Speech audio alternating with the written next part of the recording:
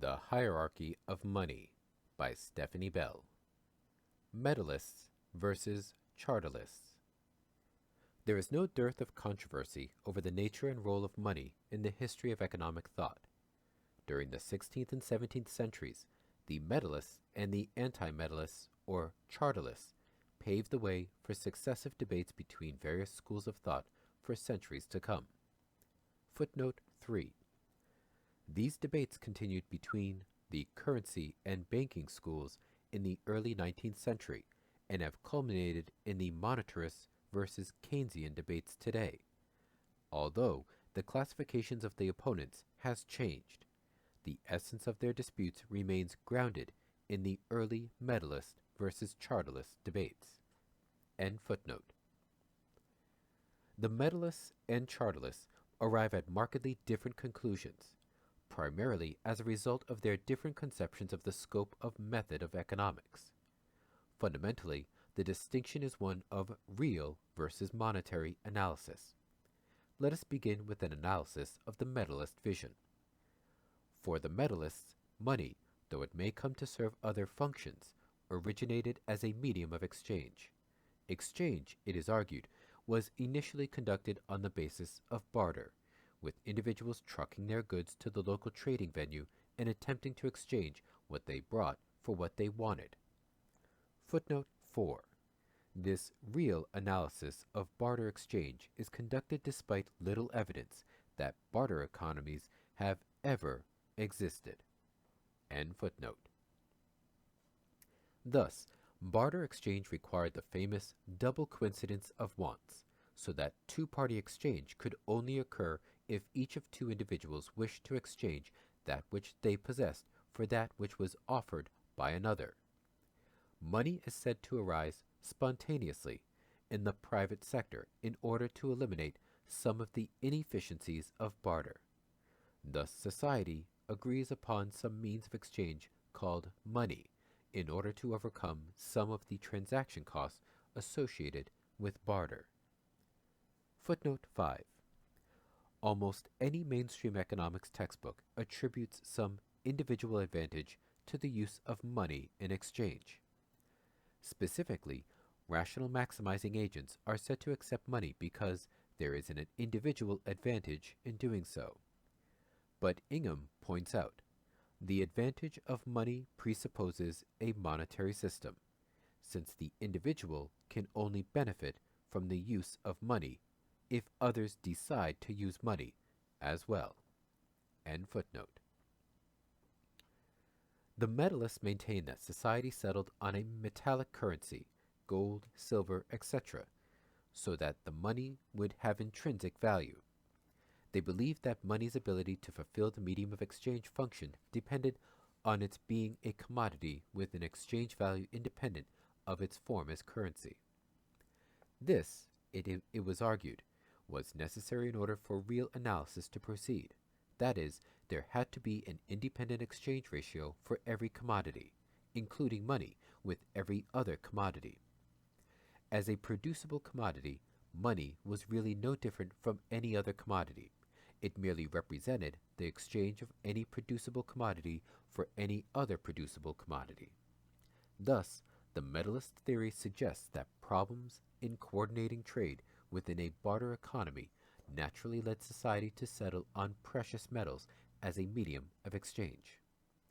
It is not always clear whether the precious metals used in exchange were in an unworked state or whether they had been minted, coined.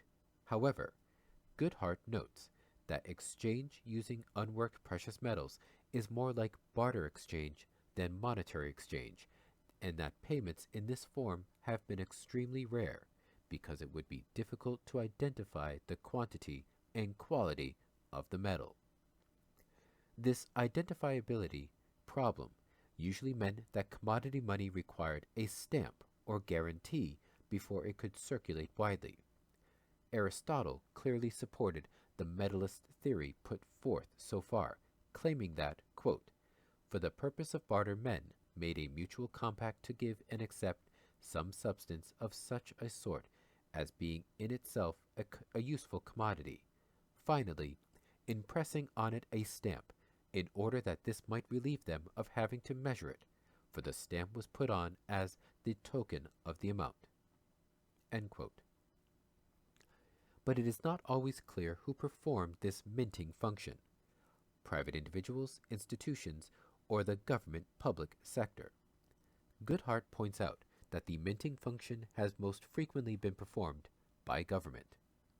That the state might play a role in the development of coinage is not troublesome to the Metallist analysis. For them, the state's role would have been limited to an ex post codification of social customs. Thus, governments could encourage the continued use of metals by vouching for the integrity of the precious metals, the quality and quantity of metal, but their power would have been limited to supporting the will of the private sector. With the identifiability problem resolved, metallic coins were accepted as a medium of exchange because their precious metal content gave them value independent of their form as currency. In other words, metallic coins were accepted because they themselves were valuable commodities with certain properties, which made them a convenient medium of exchange. Footnote 6. Divisibility, durability, and portability are among the properties usually cited.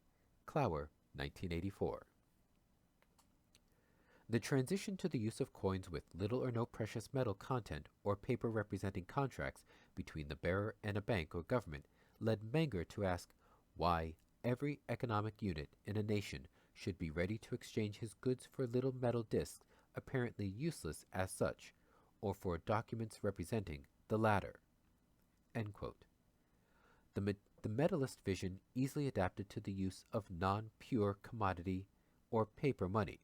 It was argued, for example, that non-pure metal coins could be substituted for commodity money because their metal backing would imbue them with value. Similarly, bank or state-issued paper currency under a metal standard would be accepted because of its gold or silver backing. Thus, the metallists retain the basic logical structure of their analysis by maintaining a link between these fiduciary currencies and precious metals. When, from time to time, government suspended convertibility and paper continued to substitute for commodity money, the metallists maintained that the currency retained its value because people expected convertibility to be restored. The next stage poses more of a dilemma for metallist theory, and for the modern metallists or monetarists. Specifically, the elimination of a metallic backing appears to rob paper currency of its value. That is, while the value of commodity money might appear to derive from that of the commodity from which it is made, or into which it is convertible, and the value of credit money from that of the assets which back it, no such factor seems to explain the value of fiat money. Thus, people were supposed to hold commodity money as a medium of exchange that also had use as a consumption good or productive input, at least potentially, while fiat money is a medium of exchange that will never be used as a consumption good or a productive input. That the community did continue to accept intrinsically worthless paper currency after the elimination of a metal standard left a problem for metallists, monetarists to explain. Perhaps the most famous solution came from Walras, who suggested that money could be reduced to a pure number, the numeraire. Money was to be viewed as nothing more than a representation or a symbol of real goods. Its development was irrelevant.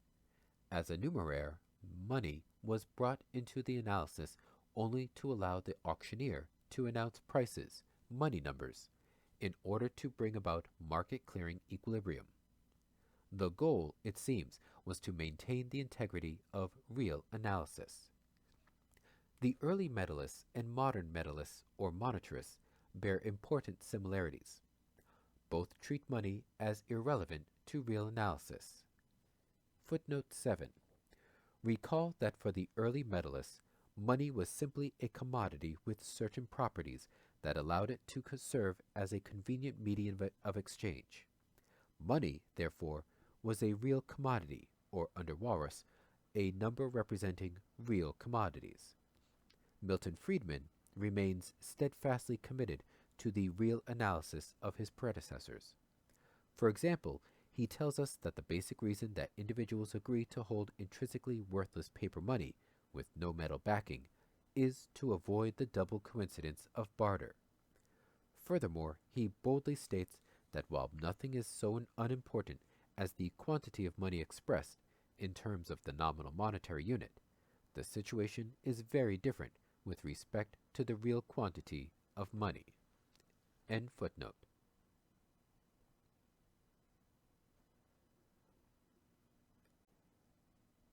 In fact, real monetary analysis derives from metalist or commodity theory.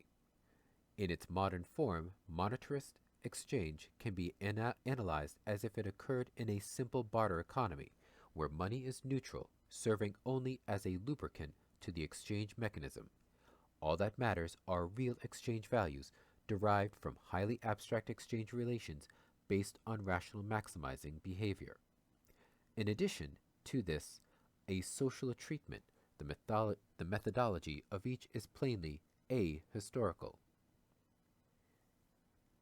Both markets and exchange are said to predate the use of money, and money is supposed to have arisen as an aid to market exchange.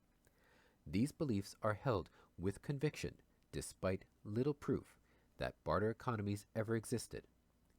That in some areas early coins were denominated in values too large to have allowed them to function as media of exchange, and that the use of coins in exchange was an accidental consequence of their development, not the reason for it. No attempt is made to account for the unit of account or means of payment features of money, as the primary concern is to show that money develops spontaneously as a means of exchange. The anti-Metallists, or Charterlists, were dissatisfied with the Metalist claim that money derives its value from its precious metal content, or backing. Concerned primarily with bank and state monies, the Chartalists sought to uncover the source of value as more than simply the representation of precious metal money. Charterless theory does not view money as a commodity with exchange value, scarcely different from any other commodity. Thus, unlike the Metalist vision, the Chartalist view is not preoccupied with the medium of exchange function of money. On the contrary, Chartalist theory seeks to uncover the essential properties of money as a unit of account and a means of payment. To this end, Chartalist theory is concerned with the social and historical origins of money, and, unlike the Metalist vision, provides a non-market-based theory of money. Let us turn to an examination of the Chartalist theory of money. Under the Metalist vision, the state takes a backseat to the market. Footnote 8. The state, if it enters the discussion at all, is usually brought in to enforce contracts and or to provide the goods and services that profit-seeking private enterprises would not produce. Recall that the identifiability problem was resolved by using the state to provide a public good, stamped money, but that it wielded no real power, since the type of money in use had been chosen by society. End quote. The Chartalist theory, however, places the state on center stage. Specifically, Chartalists recognize the power of the state to demand that certain payments be made to it, and to determine the medium in which these payments must be made.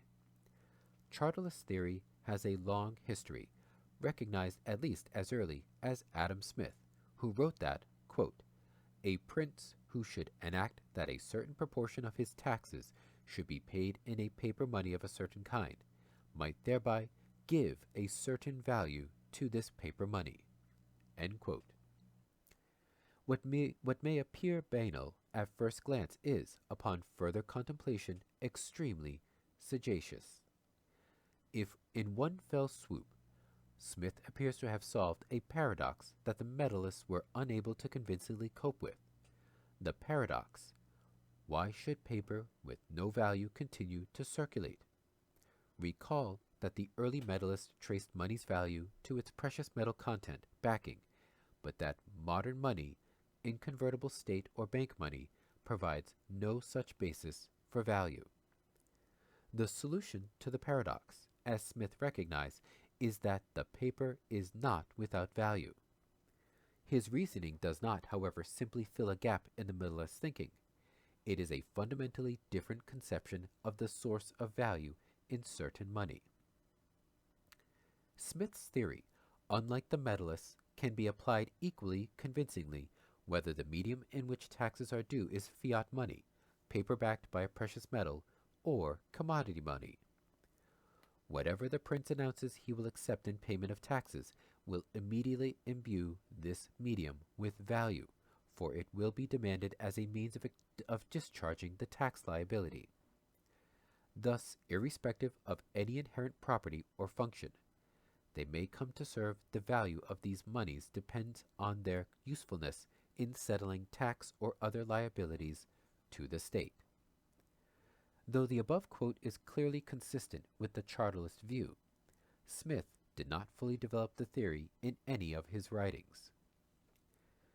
The Charterless theory, in its most general form, is perhaps best described in Friedrich Knapp's 1924 work, The State Theory of Money.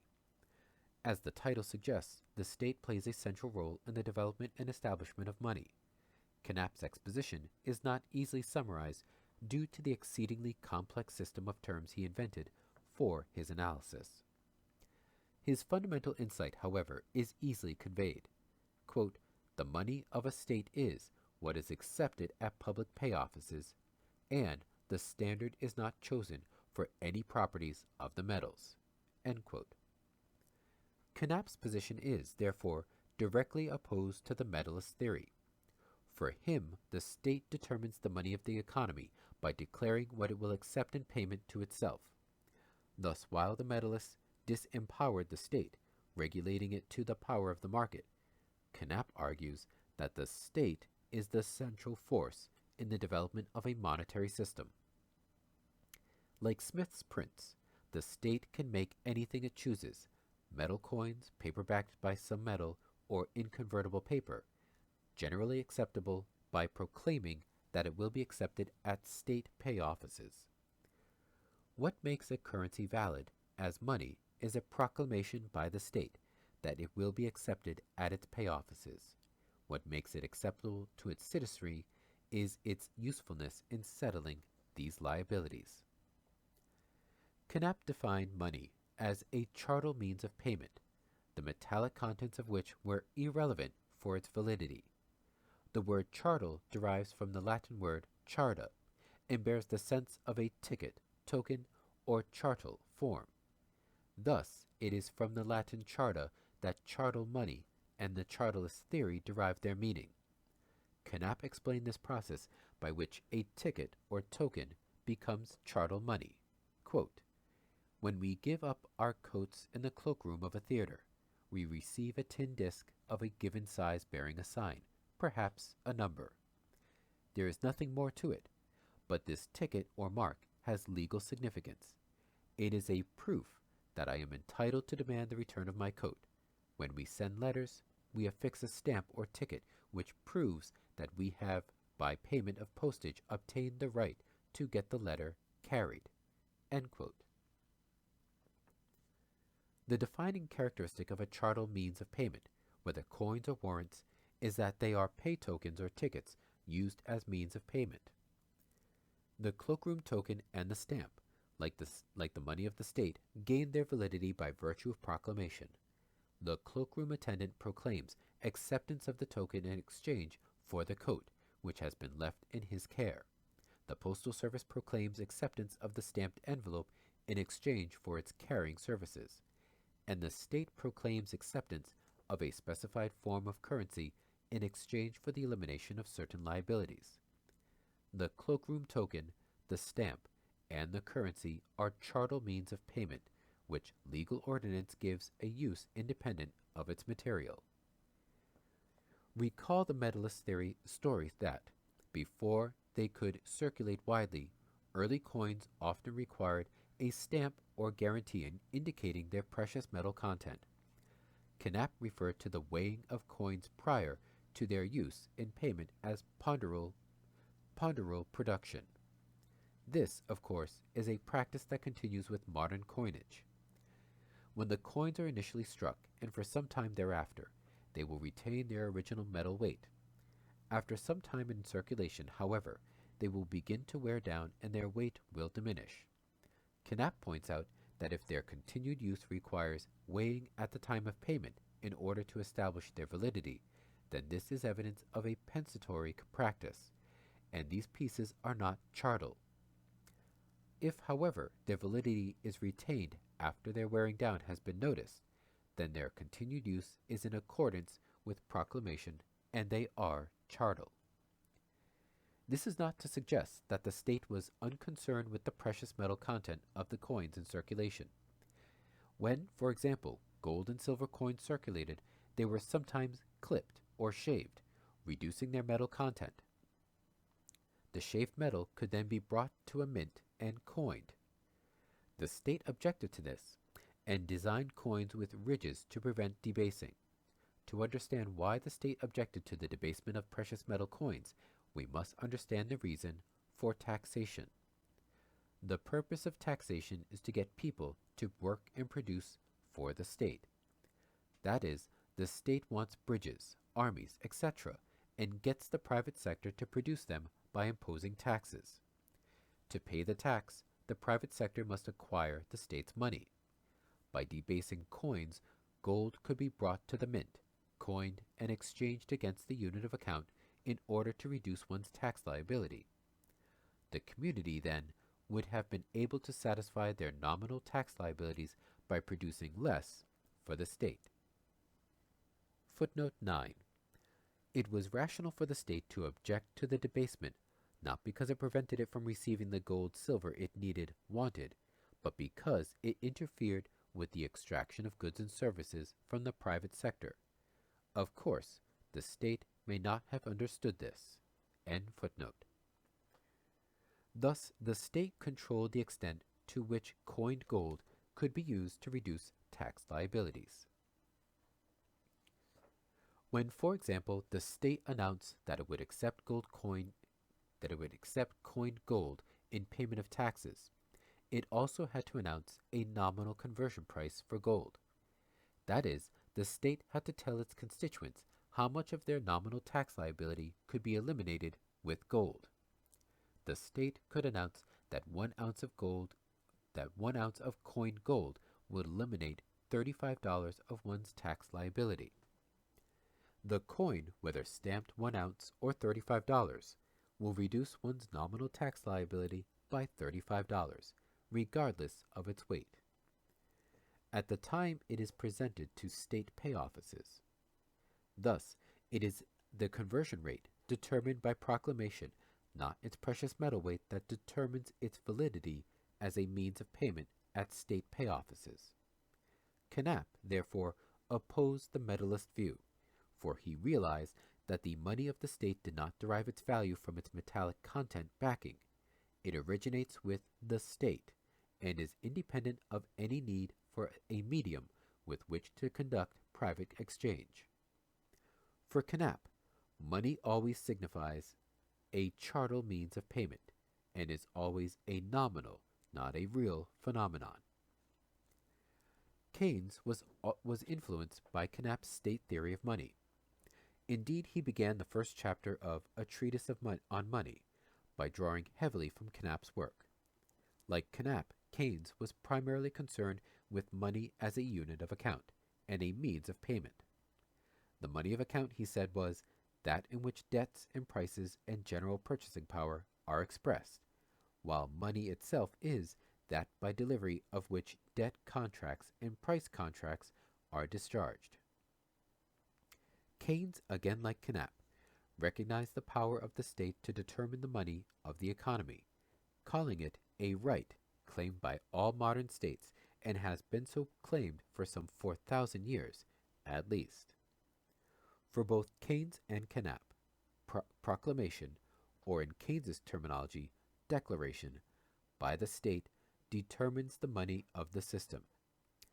Keynes noted that, quote, the age of Chartalist or state money was reached when the state claimed the right to declare what thing should answer as money to the current money of account.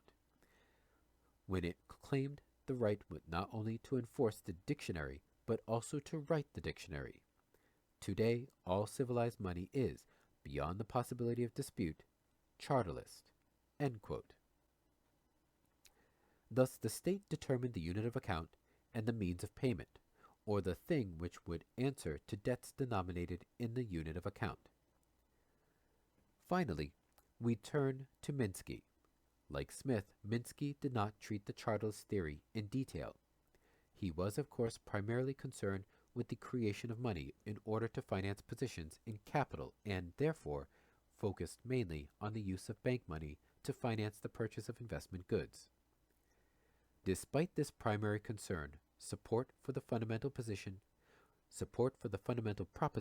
of the Charterless theory that the value of state money derives from its use in payment of certain liabilities to the state can be found in Minsky. Quote, in an economy where government debt is a major asset on the books of the deposit-issuing banks, the fact that taxes need to be paid gives value to the money of the economy. The need to pay taxes means that people work and produce in order to get that in which taxes can be paid. End quote. By recognizing that individuals will need to acquire the means of settling their liabilities to the state, whatever form this means of payment may take, Minsky provides a motivation for the creation of money. If, for example, the state declares that it will accept its own currency in payment of taxes, individuals will accept the state's currency and it will become money.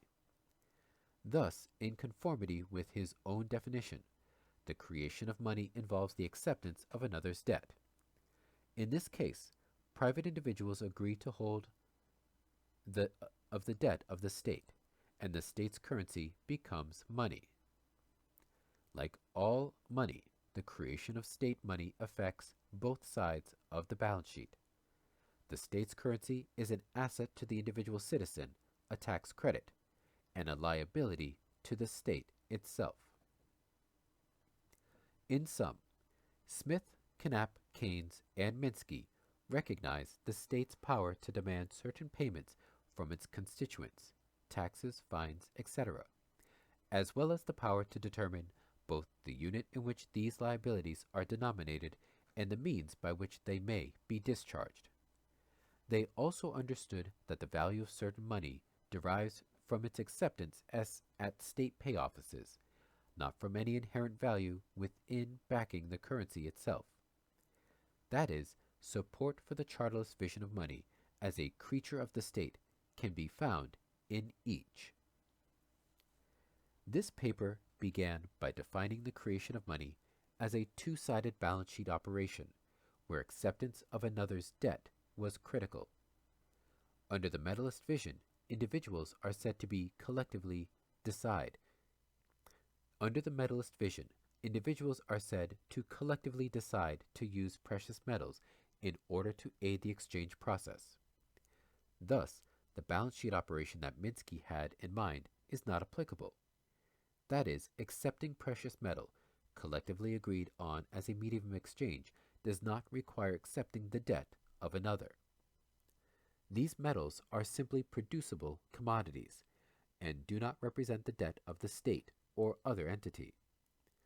Furthermore, exchange using collectively agreed upon metals is not monetary exchange, since money, which is at once an asset and a liability, has not been created. Thus, under the Metalist conception, the collective decision to adopt precious metal as a medium of exchange is inconsistent with Minsky's view that money represents a debt relation. In contrast, the anti-Metalists or Chartalists see the creation of money as contingent upon the state's proclamation that a certain currency will be accepted by the state at face value. Thus, state money is created when the public agrees to hold as an asset state-issued currency, a liability to the state, which is required in payment of taxes. The Charterless vision supported by Minsky is, therefore, consistent with his treatment of money as a two-sided balance sheet operation.